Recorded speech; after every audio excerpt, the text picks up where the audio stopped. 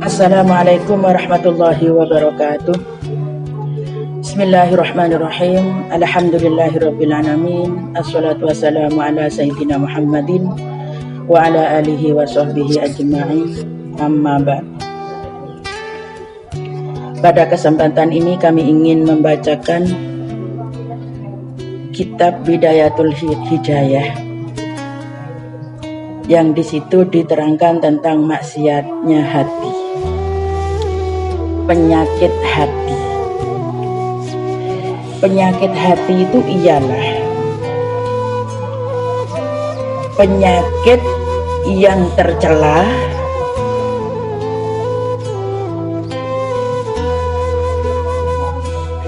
dan banyak sekali ciri-ciri penyakit hati. Cara menyembuhkannya itu sangat sulit dan panjang. Jadi tidak seperti kotoran najis yang dicuci langsung hilang, tidak. Tapi membutuhkan waktu yang sangat panjang dan sulit untuk menyembuhkan penyakit hati. Ciri-ciri penyakit hati ini adalah yang pertama hasud, riya, ujub, sombong, dan masih banyak sifat-sifat atau penyakit hati yang lain seperti kikir, suka marah-marah. Tapi akar dari semua dosanya hati itu ujub, riya, sombong. Nah, pada suatu ketika ada seseorang yang meminta nasihat kepada Mu'ad, sahabat Mu'ad. Di sini diterangkan, wahai Mu'ad, ceritakan sebuah hadis yang pernah kamu dengar dari Rasulullah Shallallahu Alaihi Wasallam. Belum sempat menjawab, sahabat Mu'ad ini menangis terseduh-seduh. Sampai-sampai orang yang di sisinya menyangka bahwa Mu'ad ini tidak akan berhenti menangis. Kemudian sahabat Mu'ad ini berhenti dari menangis, lalu dia menceritakan, saya mendengar Rasulullah bersabda begini, wahai Mu'ad, akan aku ceritakan kepadamu sebuah cerita. Jika kamu menjaganya, maka bermanfaat bagimu. Jika kamu tidak menjaganya, maka kamu tidak punya hujjah atau bukti kelak di hadapan Allah Subhanahu wa Ta'ala. Mendengar hadis ini, sahabat Mu'ad terus menangis. Dan dengan kejadian ini, sahabat Mu'ad lebih banyak menghabiskan membaca Al-Quran, karena takut dengan apa yang diceritakan Rasulullah Sallallahu Alaihi Wasallam. Ceritanya Nabi ini begini, bahwa di langit 1 sampai ke 7 ada tugas-tugas malaikat setiap harinya. Setiap hari malaikat itu turun dari langit, 2 malaikat. Yang pertama mengatakan, semoga Allah memberikan barokah kepadamu, rezeki yang barokah. Yang satunya, semoga Allah tidak membarokahkan rezeki. Jadi setiap pagi ada malaikat turun membawa rezeki. Makanya kalau setelah sholat jamaah, sholat subuh, dibuka pintunya agar tahu, agar maksudnya malaikat dumduman rezeki, ternyata pintumu telah terbuka. Yang dimaksud kami membuka pintu itu tidak hanya sekedar membuka pintu, tapi berjamaah sholat subuh di masjid atau di musala, kemudian dibuka pintunya seperti itu. Nah, setiap hari, setiap sore, bukunya manusia ini diangkat ke langit. Setiap langit pertama sampai ke-7, malaikat ini menjaga.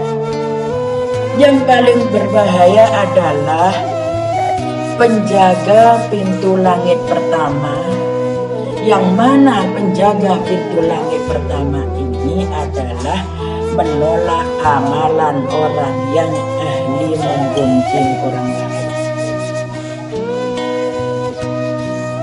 Jadi amalnya manusia itu kalau baik, seperti bulan purnama, seperti matahari.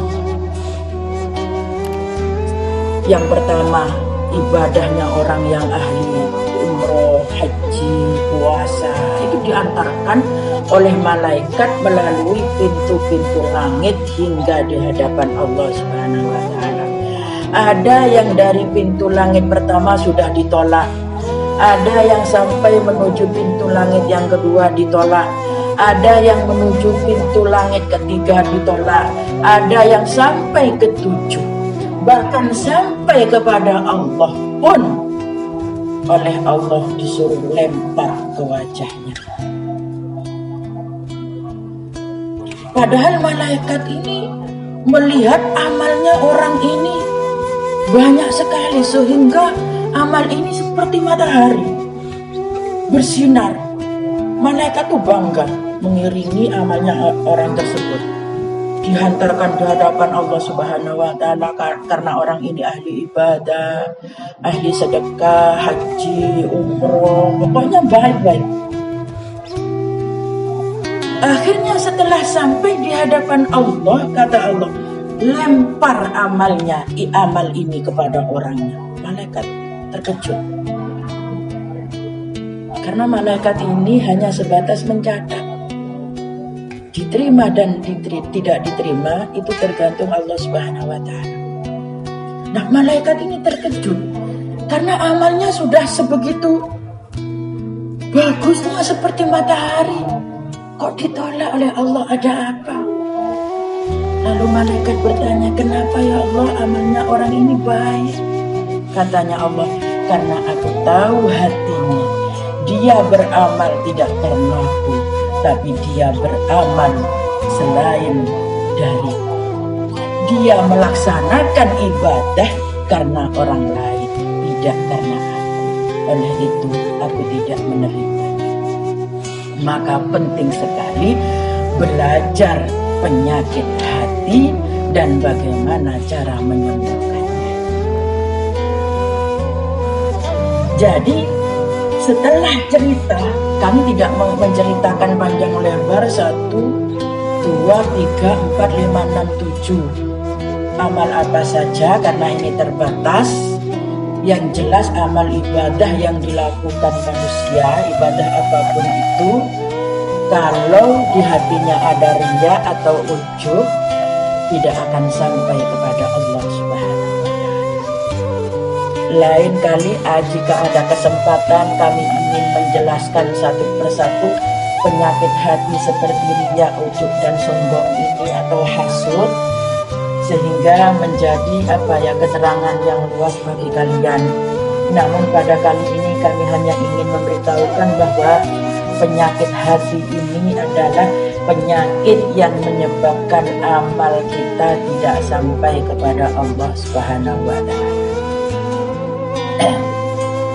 Oleh karena itu ciri-ciri penyakit hati ini coba kenali, dan jangan sampai sifat atau apa yang ada pada diri kita ini ada penyakit hati tersebut.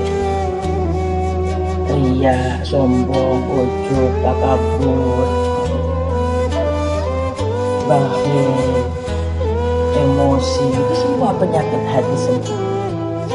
Dan untuk menyembuhkan penyakit hati ini memerlukan waktu yang sangat panjang dan sulit. Tidak mudah untuk menyembuhkan hati. Karena orang yang ahli maksiat, jika setiap harinya itu maksiat kepada Allah, maka hati yang bening ini ada titik-titik hitam satu. Lalu mengerjakan maksiat lagi, ada lagi titik dua. Kemudian maksiat lagi, ada titik tiga, dan seterusnya, sehingga hati ini mengeras karena terlalu banyak titik-titik hitam. Kalau sudah banyak titik-titik hitam dan hati ini mengeras, maka sulit sekali Allah masuk ke dalamnya. Maka sulit sekali Allah memberikan cahaya ke dalam hatinya. Sesungguhnya Allah itu ingin masuk ke dalam hati manusia, itu yang dijelaskan dalam kitab Tajul Arus. Allah itu mengelilingi hati manusia, ingin masuk ke dalam hatinya, namun tidak masuk. Dikarenakan hati manusia terlalu banyak makhluknya. Karena di hati manusia yang dipikirkan adalah makhluk dan makhluk, sehingga Allah tidak masuk ke dalam. Agar supaya hati yang keras, hati yang banyak dosa ini hilang, maka memerlukan terapi. Terapi bukan terapi pengobatan kesehatan, tapi mendekatlah dengan ulama atau mengaji, mendengarkan pengajian-pengajian, sehingga setiap hari ini berkurang rasa titik-titik hitam yang ada di hati. Kalau dalam kitab Ihya Ulumuddin dikatakan, orang jika 3 hari tidak belajar ilmu agama, maka hatinya mati. Itu 3 hari.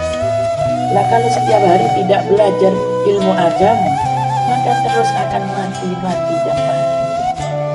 Belajar ilmu agama itu ibarat pisau yang berkarat. Jika disah, maka akan bersinar. Maka pisau ini berguna. Demikian juga hati akan berkarat jika tidak belajar ilmu agama. Maka setiap hari harus belajar ilmu agama. Katanya Nabi Muhammad SAW bersabda dalam kitab Ihya, jika aku dalam setiap hari tidak belajar ilmu agama, maka matahari yang menyinari matahari tidak memberi keberkahan kepadaku. Itu yang dikatakan. Oleh karena itu, cara menyembuhkan hati, cara menyembuhkan penyakit hati adalah belajarlah ilmu agama. Belajarlah kepada seorang guru, atau seperti yang telah saya sampaikan tadi, melihat YouTube, mendengarkan ceramah ulama-ulama yang ahli sunnah wal jamaah, yang santun, yang menyejukkan. Itu kalau didengarkan setiap hari, itu sama dengan mengesah hati atau mengesah pisau yang berkarat. Kalau sudah mengkilat, maka cahaya Allah datang, lalu Allah yang akan menuntunmu menuju pada jalannya. Semoga apa yang kami sampaikan ini meskipun sedikit, semoga bermanfaat. Jika ada kekurangan atau kurang lengkap, kurang sempurna, mohon maaf yang sebesar-besarnya.